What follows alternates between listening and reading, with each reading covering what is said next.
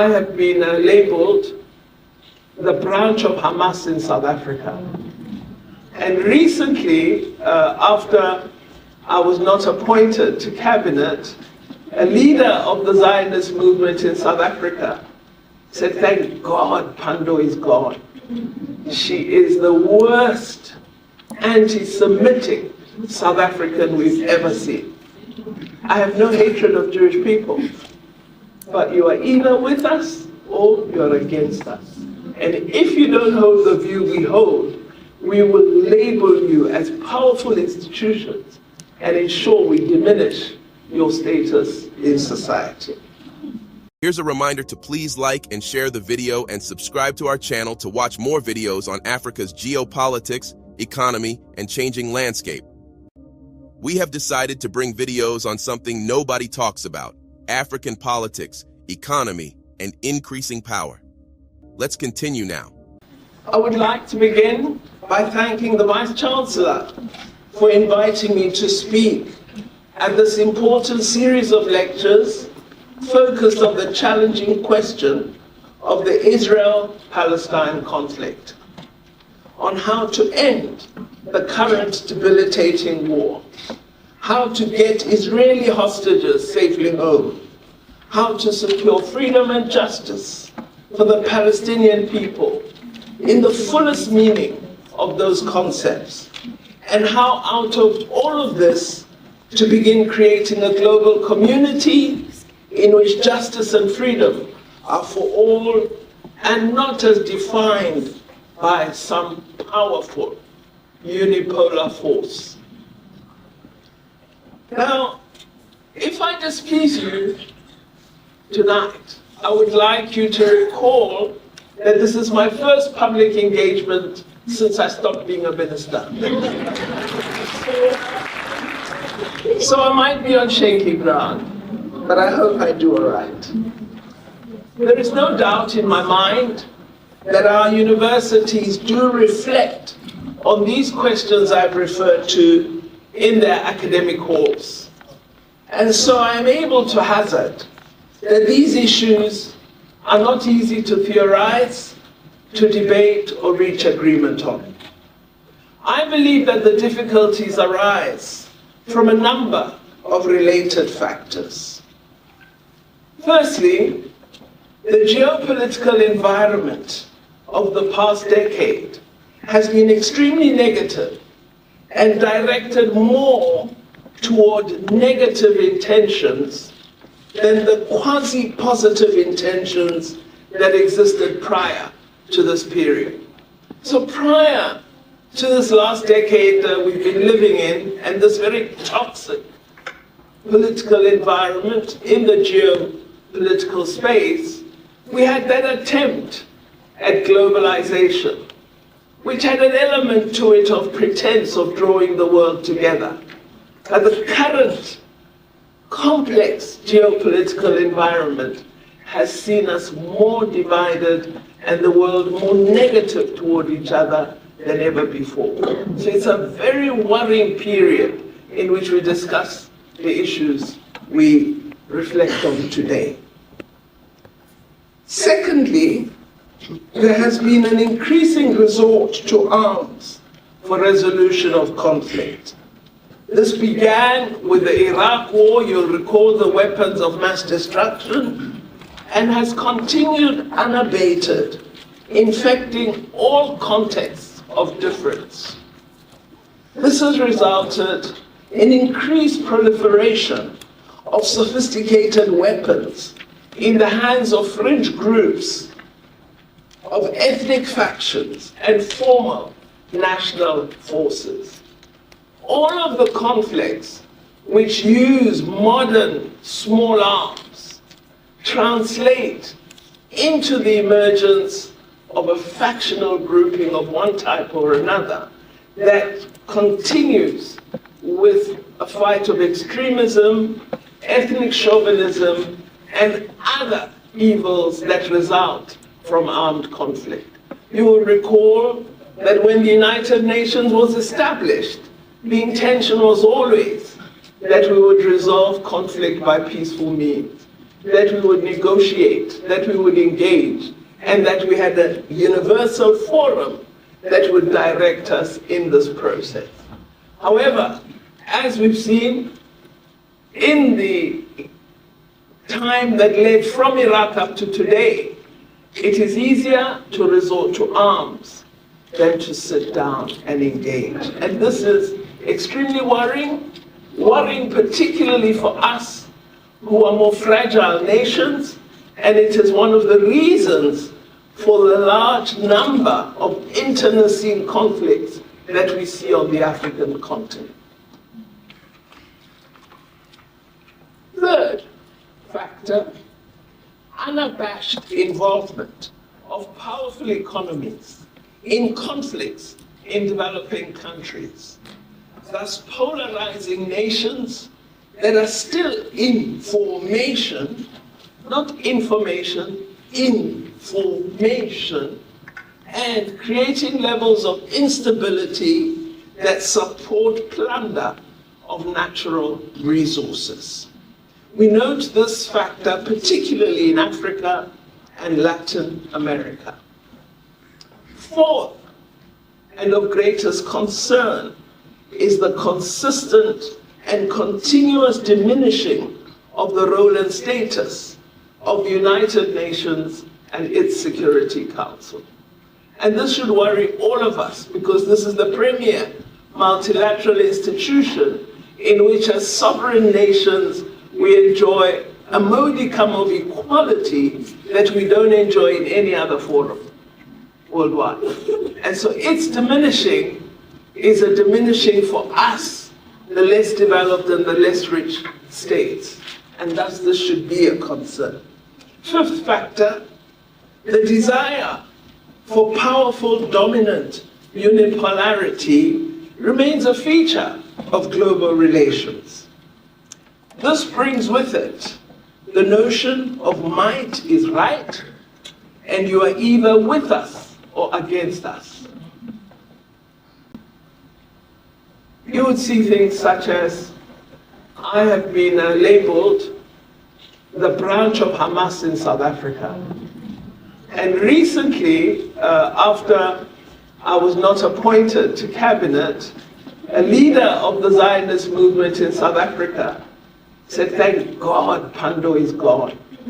She is the worst anti-Semitic South African we've ever seen.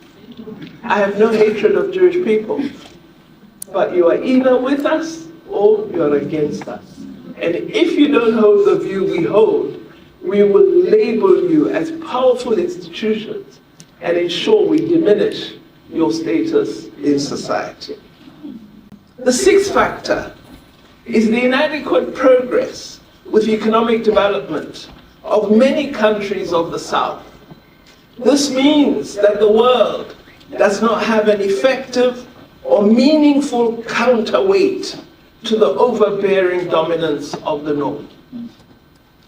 Failures of African countries to advance economic, social, and political progress has made them victims of international development finance institutions and thus detracted from any interest they may have in international finance reform. And because of the dependence that many of our countries have on international development finance institutions, they become laggards in raising their voices on global issues of concern. Some of you may be asking, how does this all relate to Palestine? I hope that I'll be able, in the course of these remarks, to provide a reasonable set of links.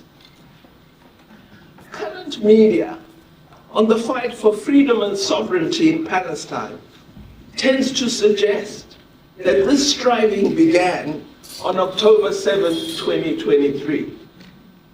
This has been a more than 7 decades struggle, compounded by a series of regimes that reflect the apartheid system of oppression that South Africans know very well. The creation of the State of Israel resulted from the fascist conflict of Europe that eventually engulfed the world and gave life to the horrific Holocaust against people of the Jewish faith. It is clear from dozens of United Nations resolutions and from this conflict of over 70 years that the plight of Palestinian people was not factored in when the agreement to create an Israeli state was finalized. As they wrote the Balfour Declaration, they forgot there were people living on that land already. And their rights and interests were not factored in to what eventually occurred. The subsequent actions of Israel against Palestinians, the illegal land seizures, denial of full political and civil rights, security controls, and other measures have led to Israel and Palestine being a permanent item on the agenda of the United Nations Security Council. There's one subject we know in the United Nations will always be discussed: Israel and Palestine. Almost like the DRC, Democratic Republic of Congo. It has been on the UNSC agenda for decades. Democratic South Africa's interface with the struggle of Palestinians began during our own struggle for liberation. It didn't start on October 7, 2023. Some of you may recall that the leaders of the South African liberation movements were innovative in their approach to executing the struggle. They moved from petitions to mass organization, to mass campaigns, and eventually adopted armed struggle. An important innovation in this process was the international solidarity against apartheid movement, which became a significant global campaign. Essentially, international solidarity meant trying to unite the world against apartheid oppression. It also translated into wider sectoral action by civil society in support of our liberation. Leaders such as Oliver Tambo and others approached governments, and those governments did not agree to support the struggle against apartheid in the main. They then approached religious organizations, academics, unions, business organizations, youth formations, and through agreement built a powerful global resistance to apartheid. The then leaders of Palestine joined in the international anti-apartheid movement, and the bonds of solidarity were established at that time. So when we went to them and said to Yasser Arafat and his comrades, we are waging a struggle against apartheid in South Africa. We need your help. We are training people. We've decided on armed struggle. We need your help to train us. You're already in the field. You know what must be done. You have trained fighters. We need your assistance. They said we don't have much. We're also suffering under huge oppressive conditions. But we understand what the absence of freedom and justice means. We will assist you. That is international solidarity. And us in South Africa, we need to understand this concept extremely well. It imposed huge obligations on us. And you may say today, it's 2024. What does something decided in 1963 have to do with me?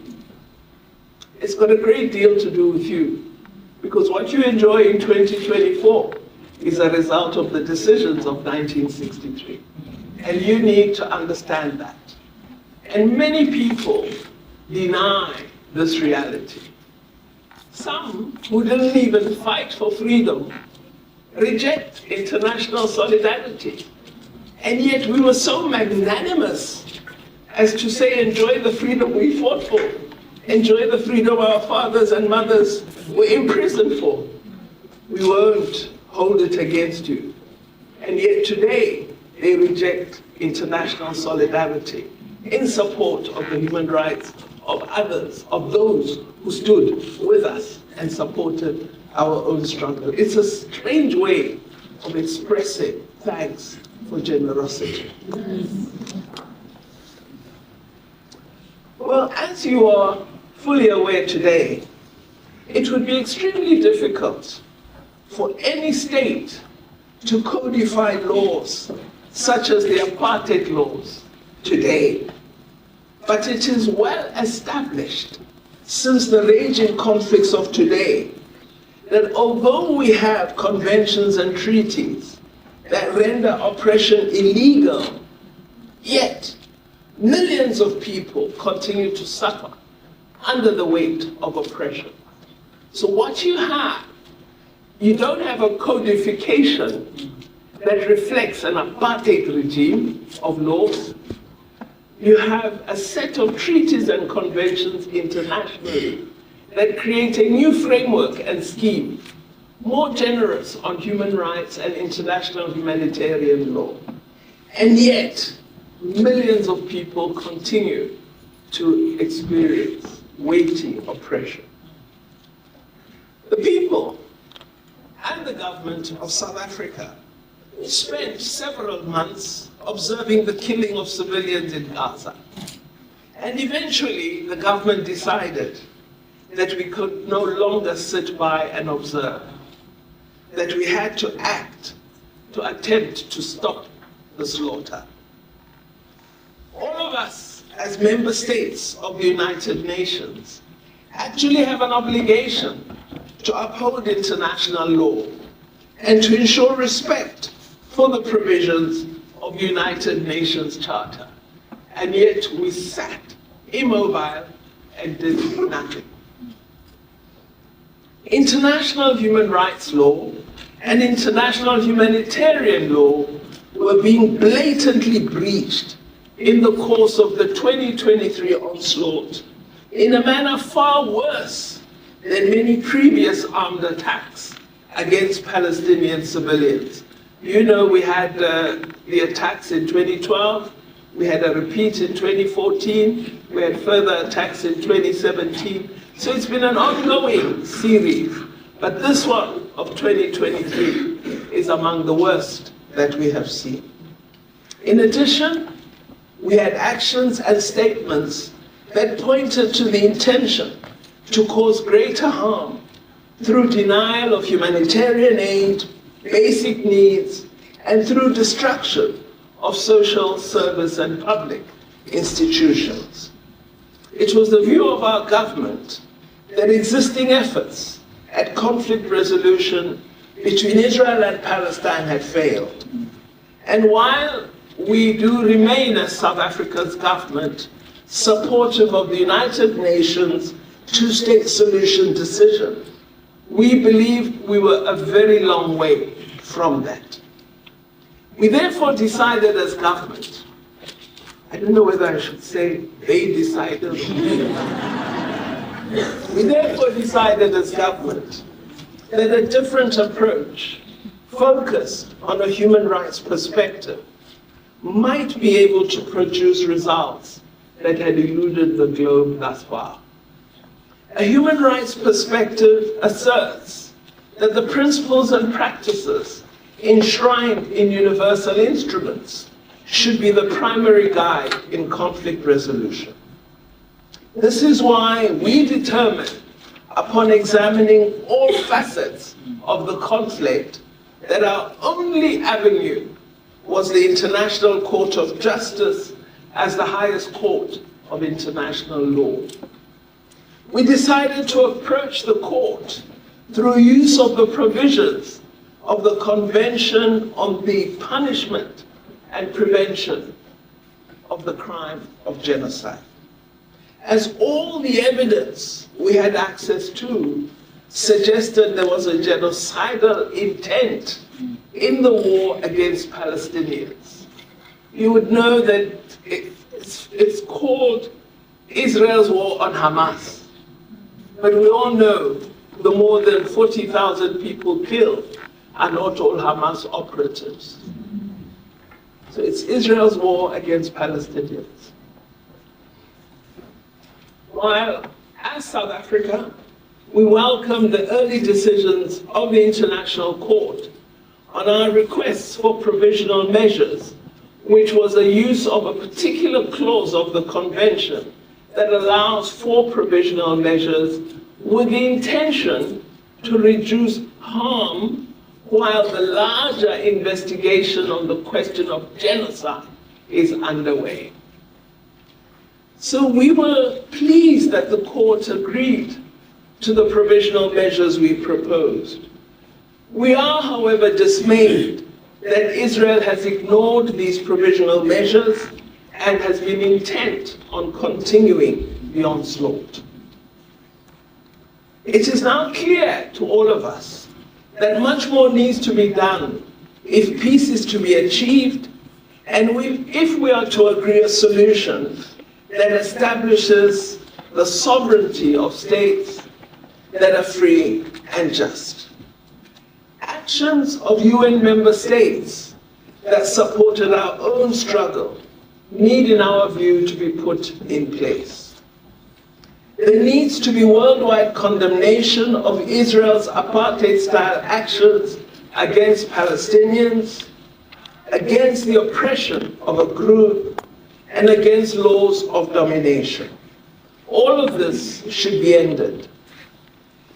We believe that member states of the United Nations should be petitioned, all of them, to adopt a resolution to reconstitute the UN Special Committee Against Apartheid, which was established when we were in struggle, and to also reconstitute the United Nations Center Against Apartheid, which would focus on and address commission of crimes against humanity, crimes of apartheid as directed at Palestinians. It is our view that civil society organs have a critical role to play in creating global rejection of the oppression I've referred to. We need academic boycotts. We need an end to research links with Israel, particularly given the reality of the attacks on institutions of learning and knowledge. It is astounding that many in the academic community seem untouched by the direct bombing of all universities in Gaza, the killing of over 100 academics, the killing of over 300 teachers, the bombing of all libraries, the bombing of all archives. We in South Africa tolerated far less as academic South Africa, and we still instituted strict boycotts when we were fighting apartheid. This is what we would never have accepted as South Africans. Why are we tolerant to it for the Palestinian people? Sports bodies, trade unions, and all in civil society have a role.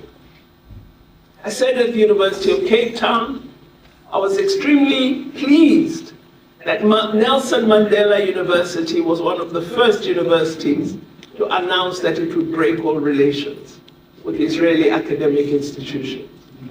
And that Fort Hare University also similarly announced such a break. And more recently, the University of Cape Town has taken that decision, as has the University of the Western Cape. We are waiting on the other universities.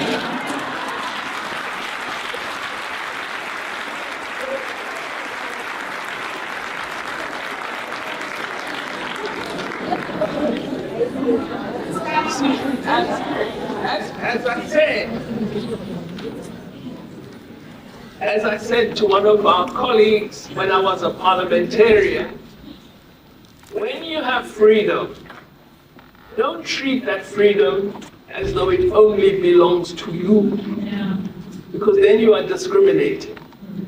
Freedom is for everyone. everyone. And this is something all of us must appropriate if we are to create a humane world.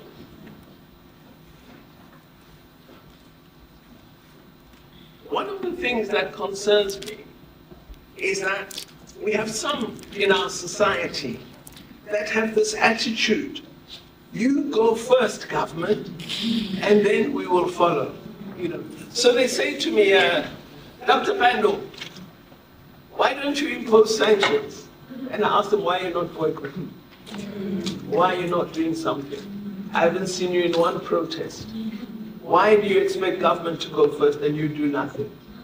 What has made you immobile and uncaring about the plight of others? Everyone can do something. People tend to be reluctant until government acts, or until the ANC acts.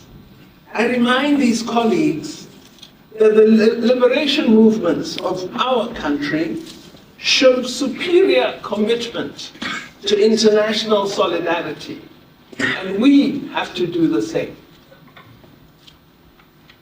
The powerful forces that influence global affairs in a malignant manner offer solid support to Israel due to factors intellectuals present here should research.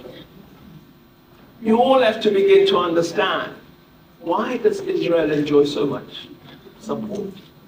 And why do Palestinians who have 2 feet and 2 arms like everybody not deserve support? Scrutiny of the conduct of Israel and the calling out of that state result, as I said earlier, in one being labeled anti-Semitic and becoming a constant target of insults. I've had people write to the American government and say, investigate Naledi Pandor, she received money from Iran. It's so funny, I don't have a salary next month.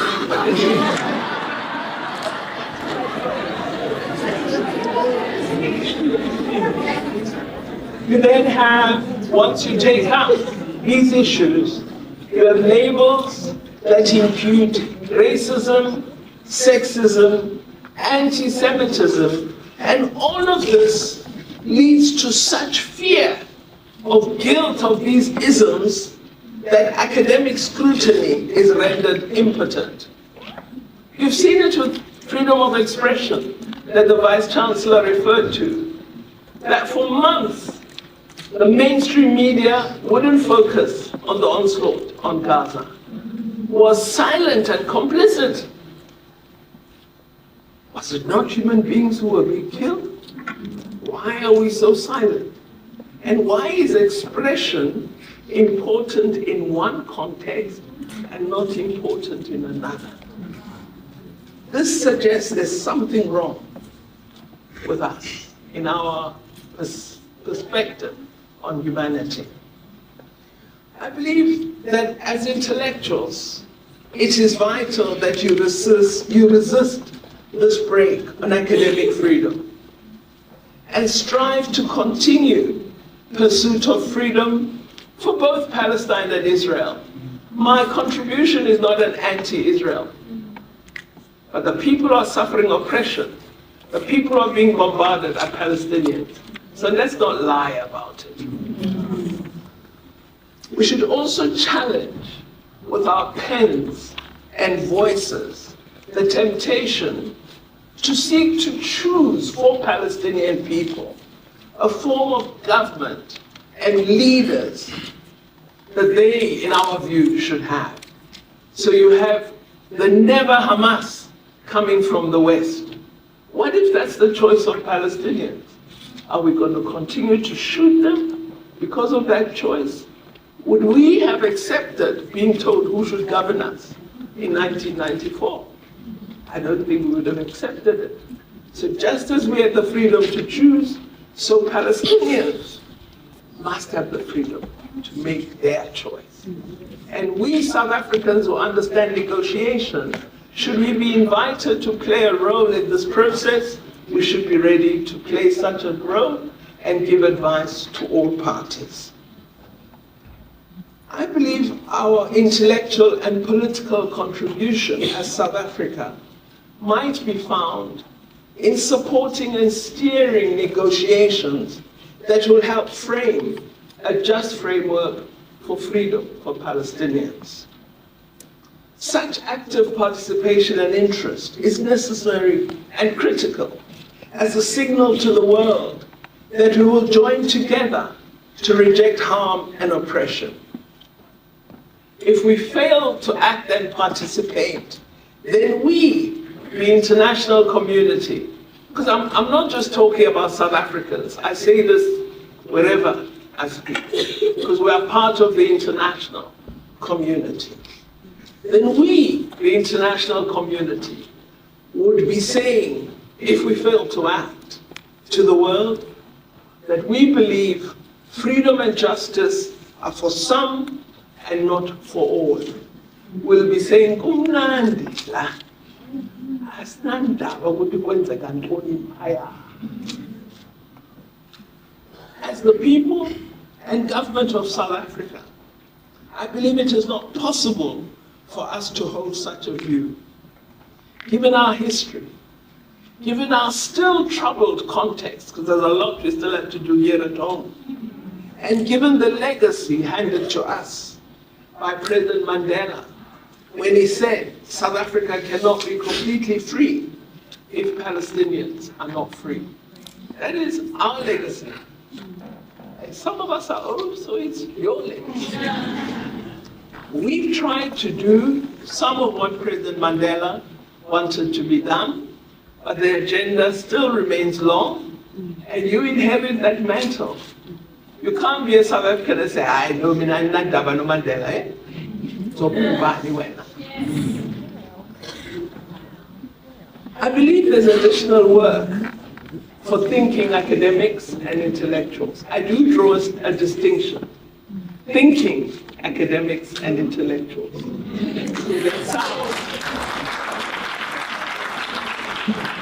There are some who do not. So for the thinking academics and intellectuals, I wish to request, tell the full story, analyze and probe, and address those 7 elements I referred to at the start of my talk. I also ask that you focus upon and attend to defining United Nations reform and what it might mean, particularly reform of the United Nations Security Council. We have today a world in which we have a Security Council with 5 permanent members with an undemocratic veto. This body with this undemocratic veto was created when we were still colonies and administered territories. So it's not our body, and it has to be changed. Our new age mandates democratic, inclusive reform to render the United Nations responsive, effective democratically, and suited to the challenges of a new age. It is the view of South Africa that the United Nations is the premier multilateral body of our world, and that we must support it to remain so while progressing with calling for reforms to the institution. So when you call for reform, you're not saying destroy it. You're saying make it more fit for purpose. So for example, in the United Nations, we're very good with peace monitoring, but we clearly have no peace enforcement capacity. So reform means build that capacity. It doesn't mean destroy peace monitoring. So we must clearly articulate what it is we mean. Change that we seek and debates and work that we do must also include decisive reform of international development finance institutions in order to ensure their ability to address the world's conundrum of inequality and poverty?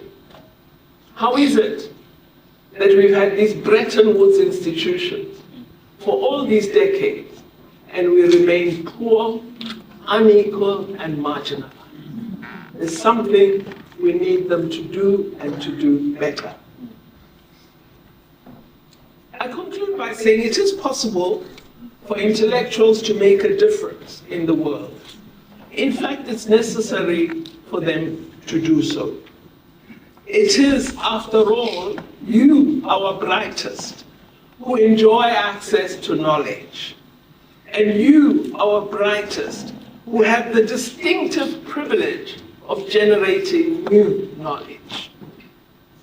I wish you well as you steer this university to lead in shaping a new world agenda. Because essentially, what I've been talking about is trying to shape a new world agenda, a world that cares, a world that respects humanity, a world that is humane, a world in which freedom and justice mean the same thing to all the inhabitants of our good earth.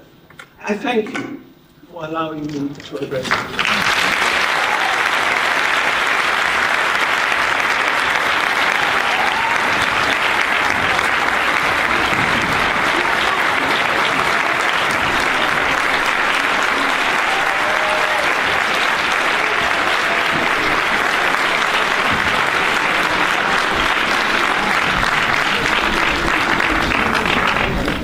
Thank you very much, Dr. Pandor. You said at the beginning that you might be standing on shaky ground. I think we can all agree that you sounded to us as resolute, as fierce as ever, and we thank you for that.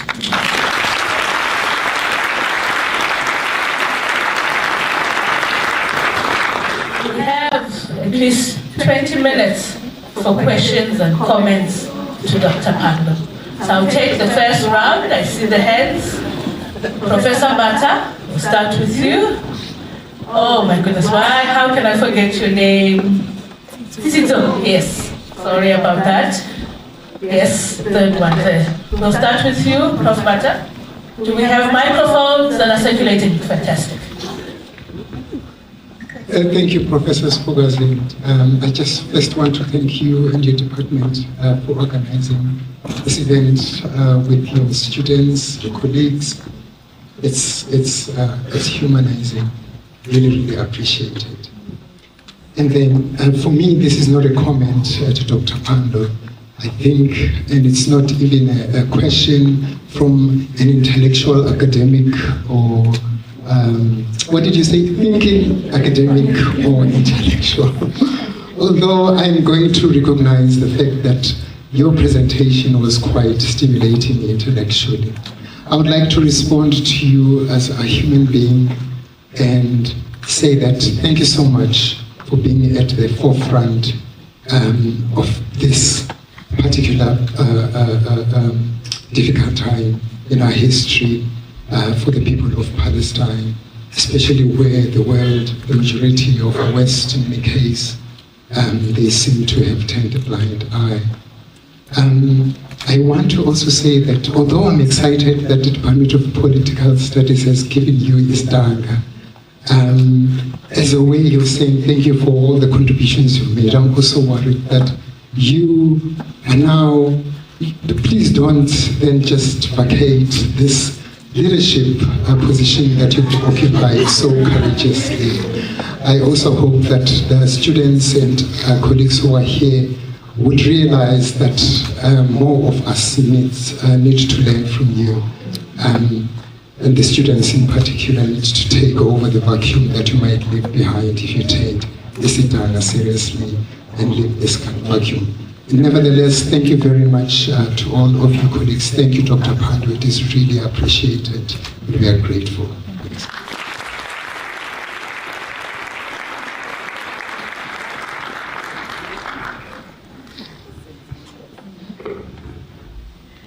Hi, Dr. Pandor. They say never meet your heroes, but here I am. So essentially, my question is all pertaining to the reforms of Bretton Woods institutions.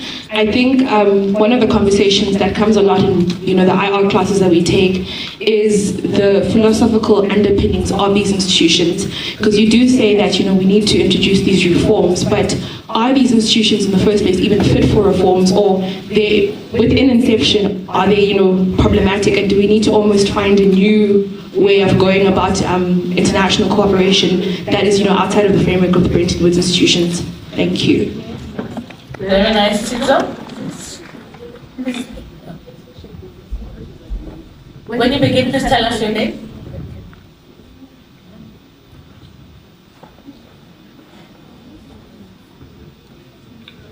Good evening, everyone. My name is Johnny Shabalala. I'm a former student.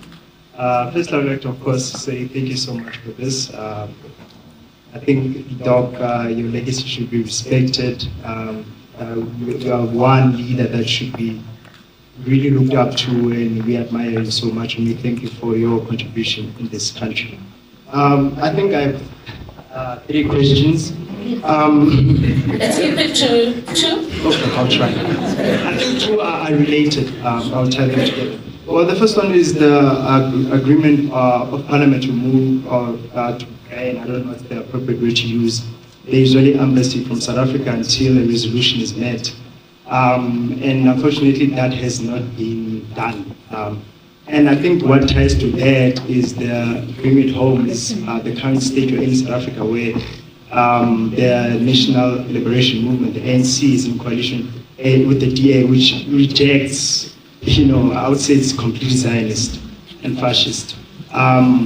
So how do you reconcile the history of the ANC with how it's now behaving now, getting to build such a destructive organization that fundamentally goes against the Palestinians?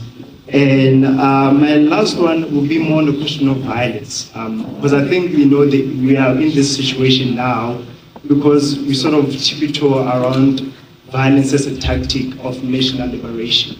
Because that's why the Zionists of Israel can hold the October 7th over our heads to justify the massacre now, because we don't want to sort of firmly take a position on the usefulness of violence in national struggle. And for that reason, now we find ourselves in this difficult position whereby we have to sound like internationalists. While very well, Doc, your generation is the one that took up arms against the African fascists in South Africa. So how do you sort of answer those? Thank you. Thank you very much. We'll invite Dr. Pandor to the spot.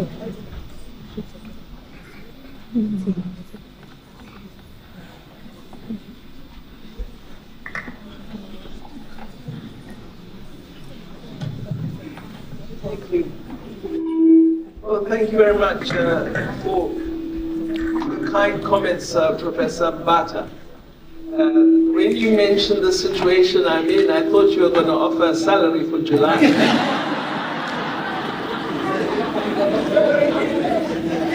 Thank you.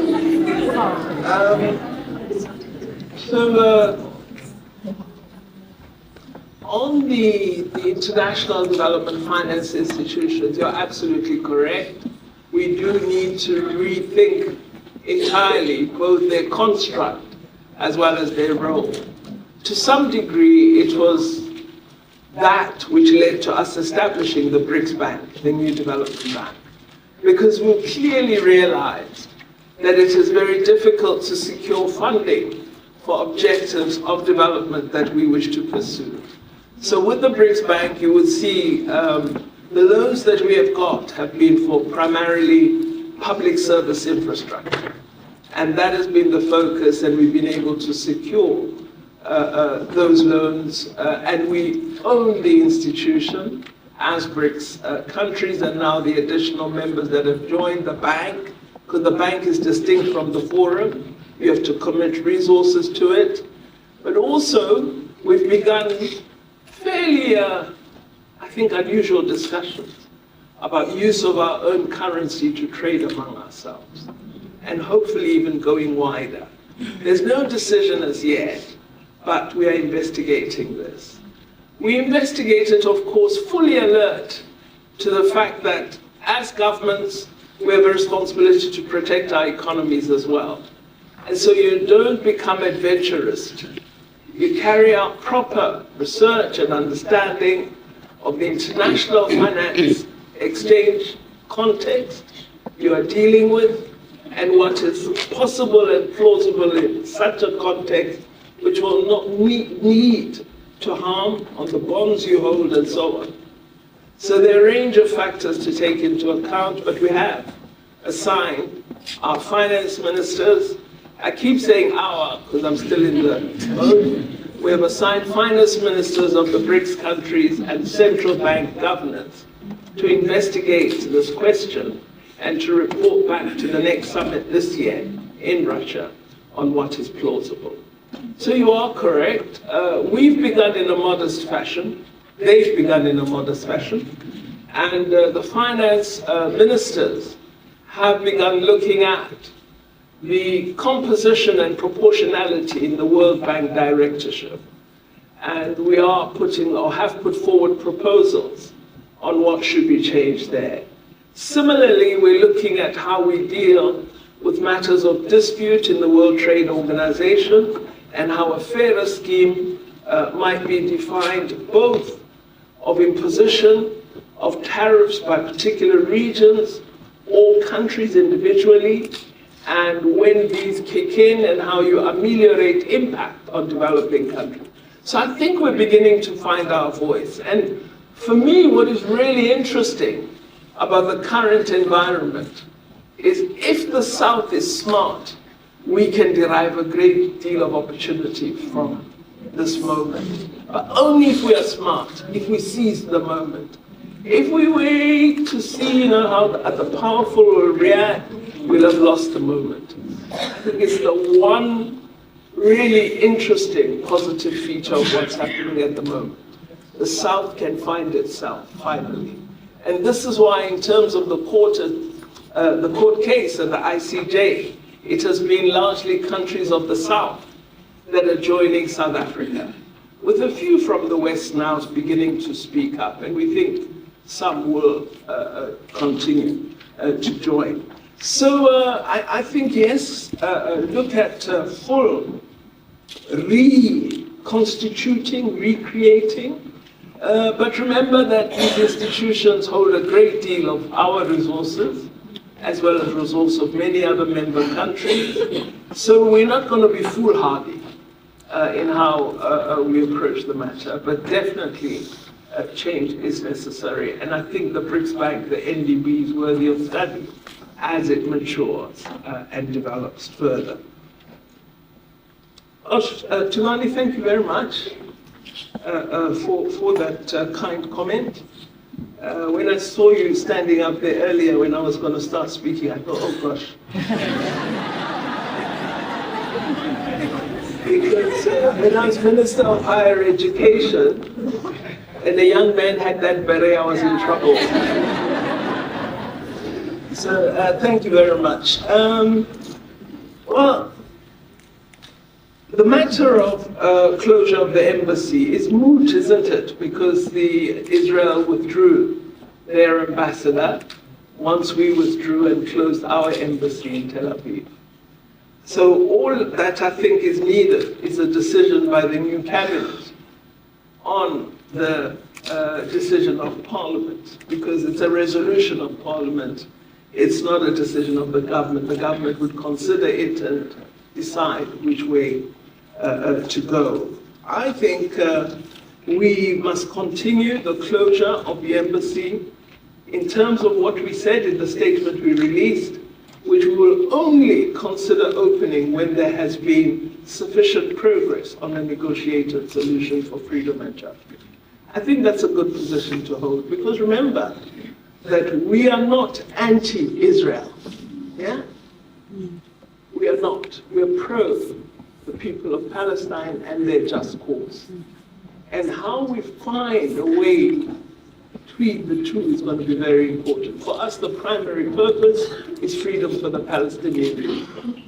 And I think the matter of the embassy, I'm looking forward to see how the cabinet even discusses this new one, the ICJ. I'm really looking forward to that. But I'm not a spokesperson of the ANC. They will have to speak for themselves. I suggest you invite the Secretary General and ask him how they're going to manage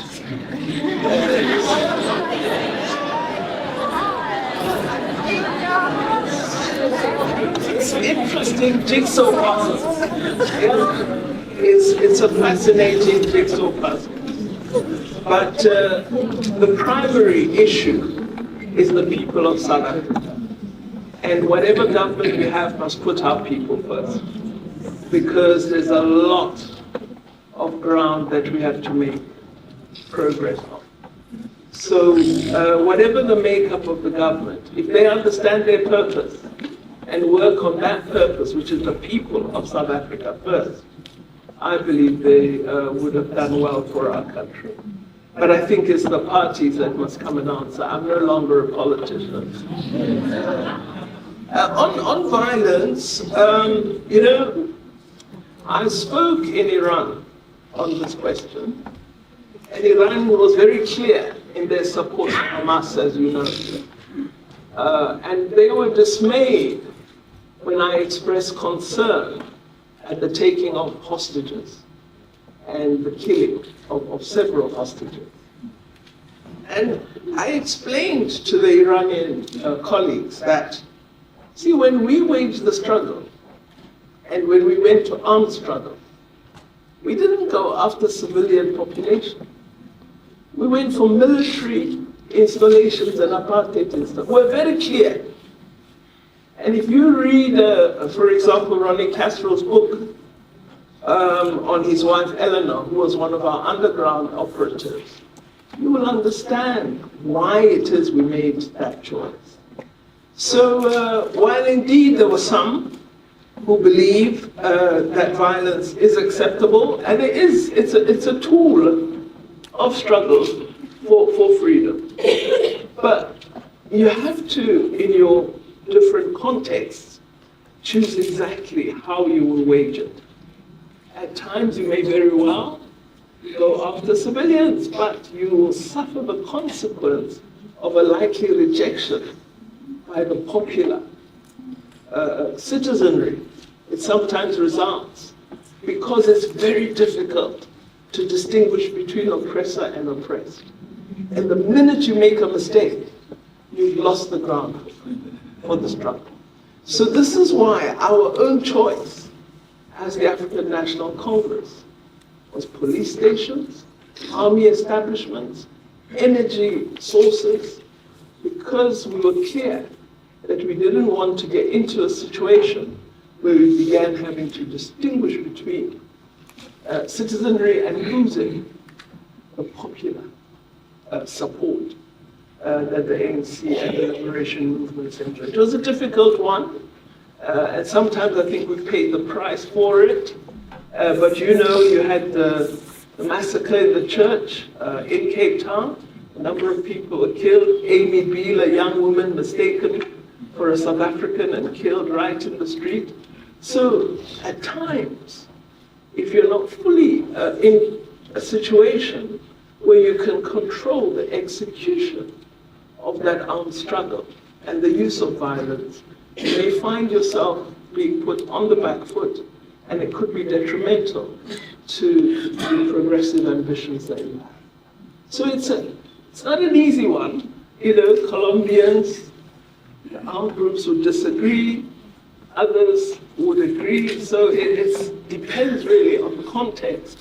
But I think how you execute it and your ability to maintain the most popular support, particularly of those who are oppressed. You never wish to have a situation such as, have you watched the film Gandhi? Such as occurred when there was that uprising and there was a report to Mahatma Gandhi that no, the people have now ended the uprising, and in fact I saw some kid kissing a British soldier. And he said, oh God, I didn't mean we should go that far. That's what you need to avoid. Thank you very much.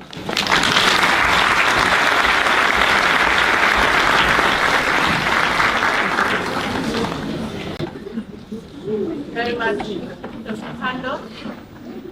would like to sneak in just 2 burning questions. It's now or never. Yes. Okay, yes. Okay. Okay, I'll sneak in 3. Okay. Please remind me your name.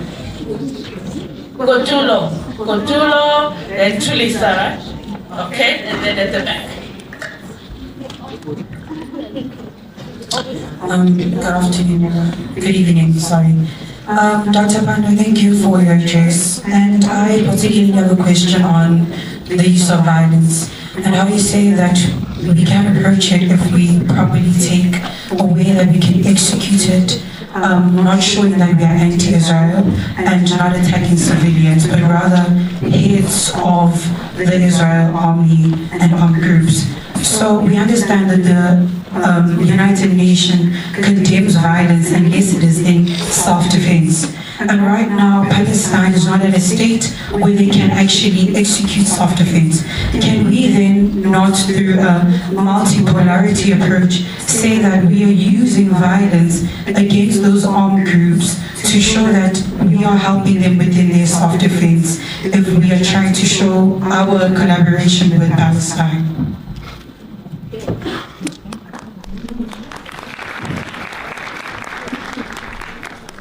Try to get a microphone to Lisa.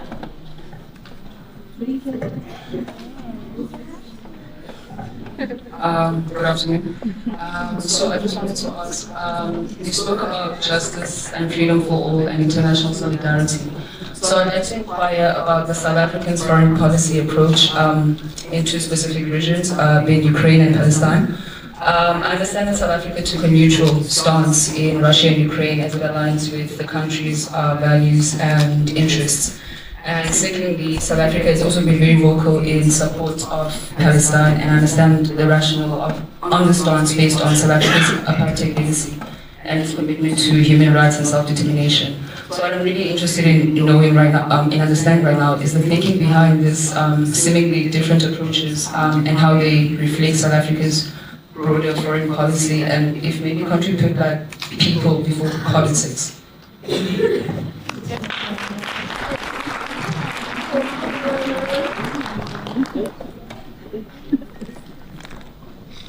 Please go ahead and tell us your name.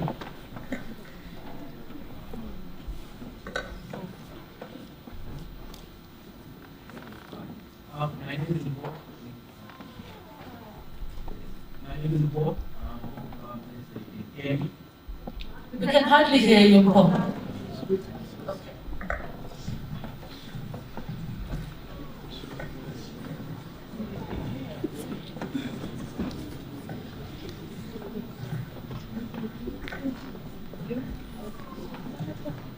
Thank you very much, Prof.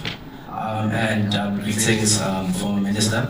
My name is Paul, and my question it's based on how the judges are going to adjudicate themselves now that we're asking the question of genocide.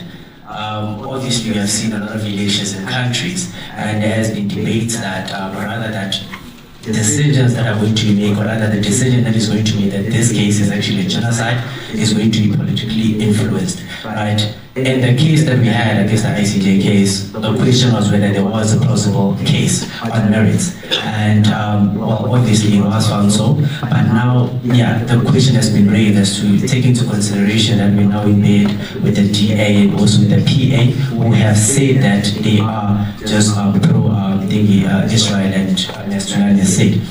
Look into consideration as well as the US, with now that elections are going, and also in UK that now just the new president was elected. Do you think those political forces, external forces, are going to have some sort of like an influence in the case that we have to declare what is going there as a genocide, rather than just a ceasefire that we just won a few months back? Thank you.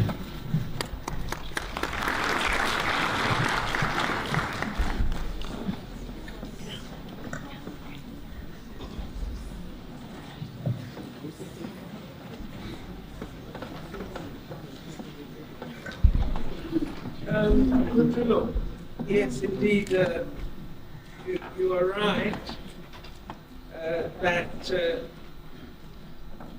persons have the right to self-defense. This is absolutely true, you're correct, particularly when you're oppressed and occupied.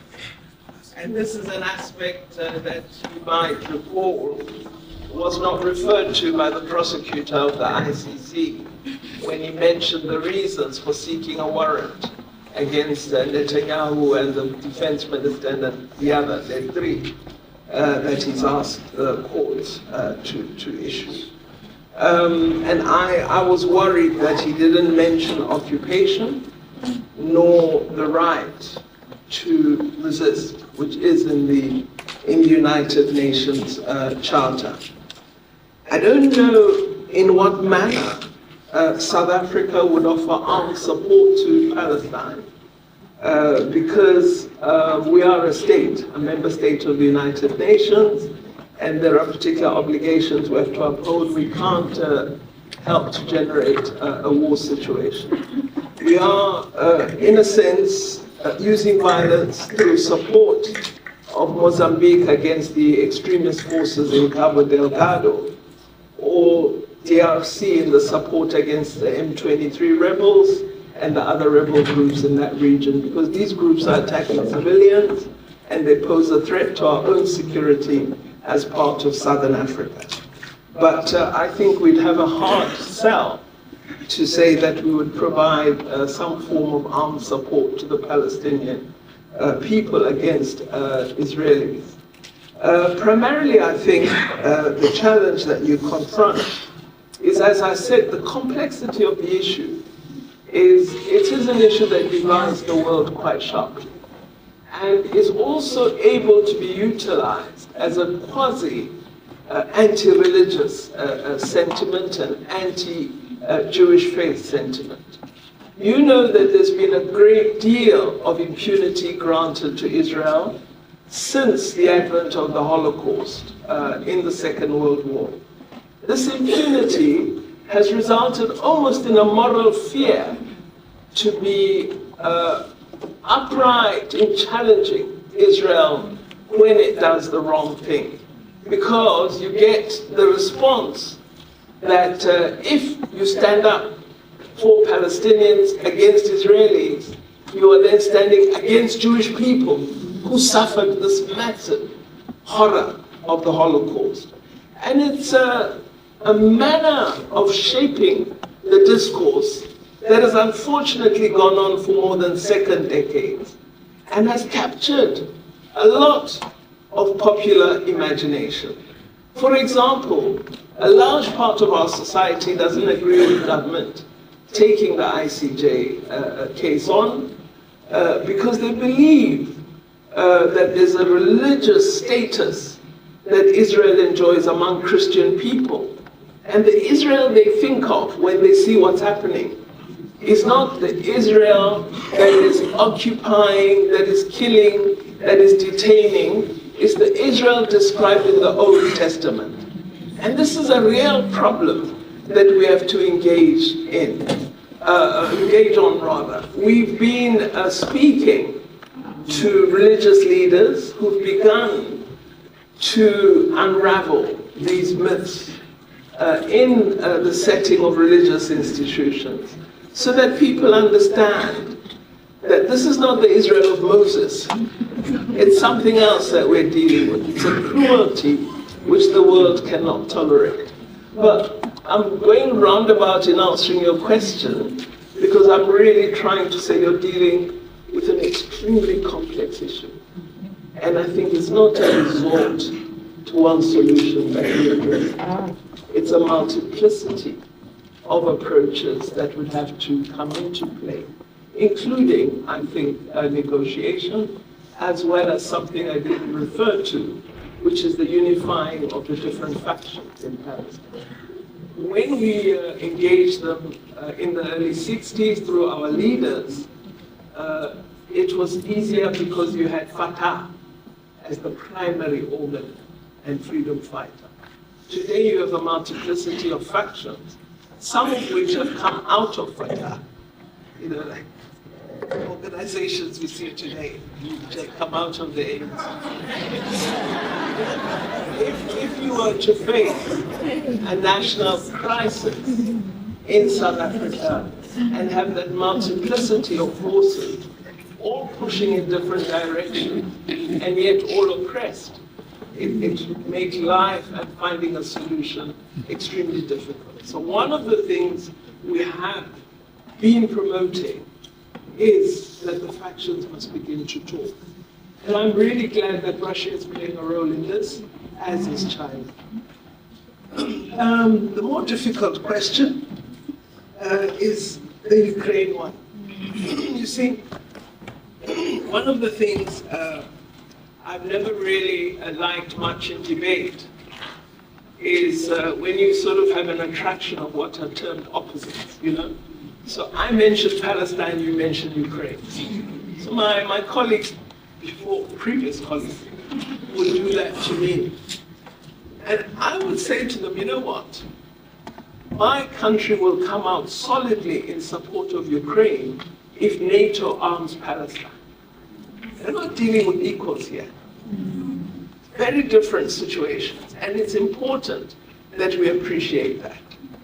Secondly, we are not neutral about Ukraine. We, from day one, said this conflict can only be solved by negotiation.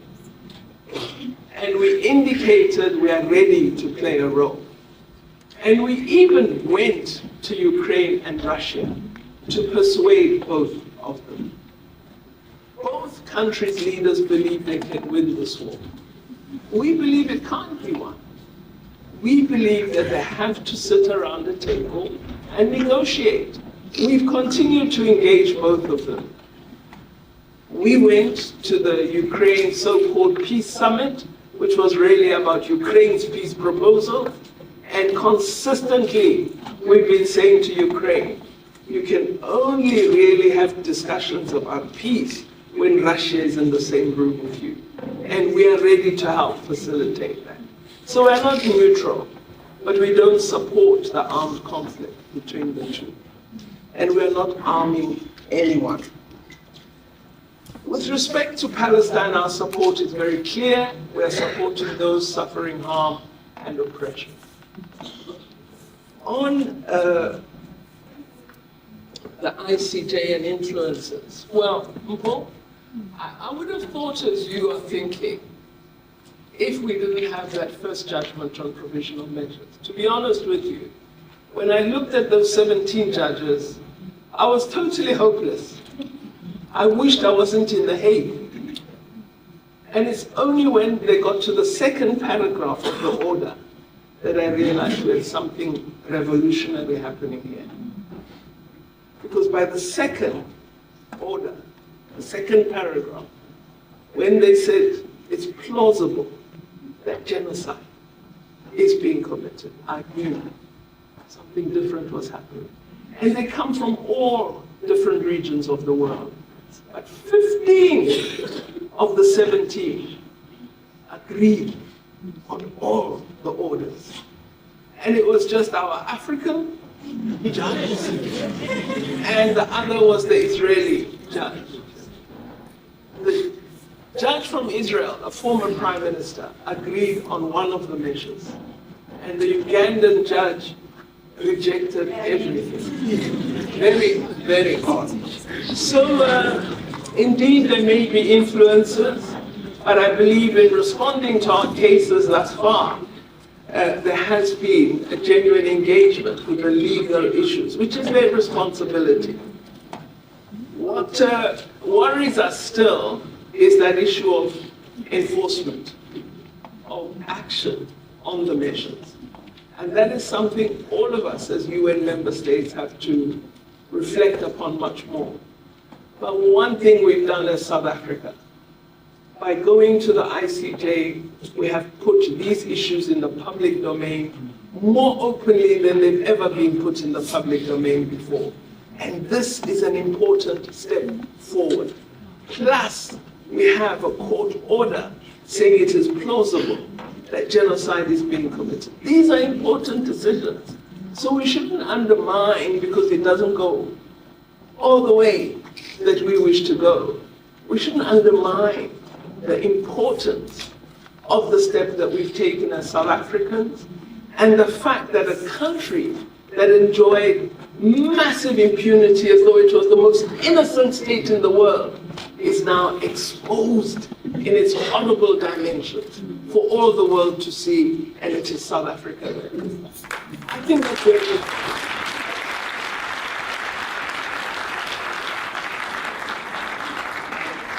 Well, as a revolutionary and as an academic, I'm sure, you know that part of the role you have to play is one of persuasion, right? So you have DA and PA thinking something, your role is to make them change, right?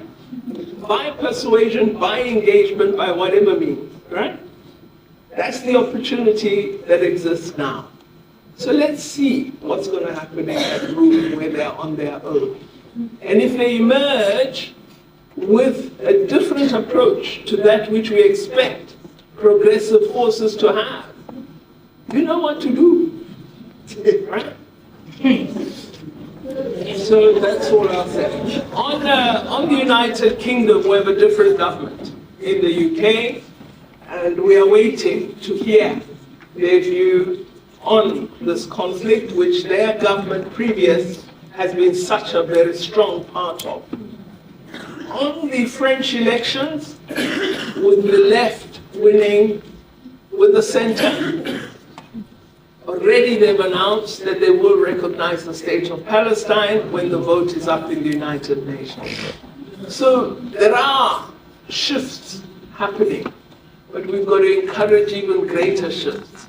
This means we, the forces of the left, must not be tired of engaging all forces all over the world to ensure that we begin to seize the ground from the right, which is actively mobilizing to change the world into something really horrible. So there's work for all of us to do if we believe in progressive ideals. If we don't, we're going to suffer the consequences. So there's work that we must do, and that work requires all of us to be social actors. Nobody should hide behind a corner and say, I'm not political, I'm not this. Next thing you'll be oppressed and you'll be blaming someone else. So part of your task is to be active, to be aware, to be knowledgeable, and to engage with the rest of the world. Don't sit in a corner. Be there. Thank you.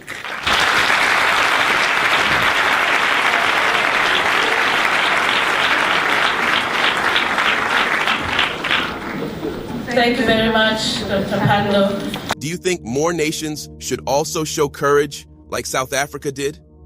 Are you proud of South Africa's actions? Why did other nations that speak more of human rights fail to take this basic step? Let us know in the comment section if only African nations have taken the Palestine matter seriously. Do you want to watch more videos like this one? If yes, subscribe to our channel and press the bell icon next to it. We have decided to bring videos on something nobody talks about: African politics, economy, and increasing power. Thanks for watching, and until the next video, stay tuned. Tell us what you think in the comment section. Like and share the video, and subscribe so that you don't miss any of our African videos. It's the best way to support us.